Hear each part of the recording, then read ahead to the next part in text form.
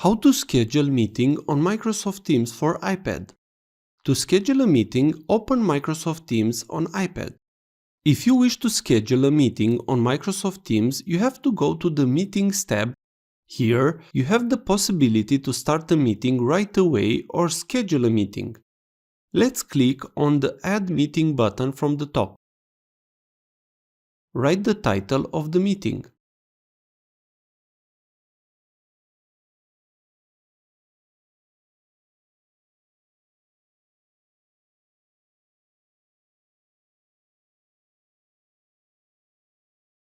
Select the start date and end date for the meeting. Tap Done button on your iPad. Here, you can copy the meeting invitation and send it by any message app or email, or share it via Google Calendar. You can now copy the link and send the invitation on any app like WhatsApp or Facebook. Also, you can tap on meeting options. You can set up some of the meeting options if you want. After you finish this, just tap on Save.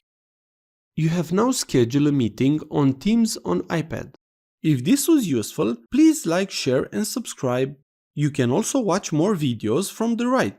Also, if you have any questions, please ask them in the comments area below.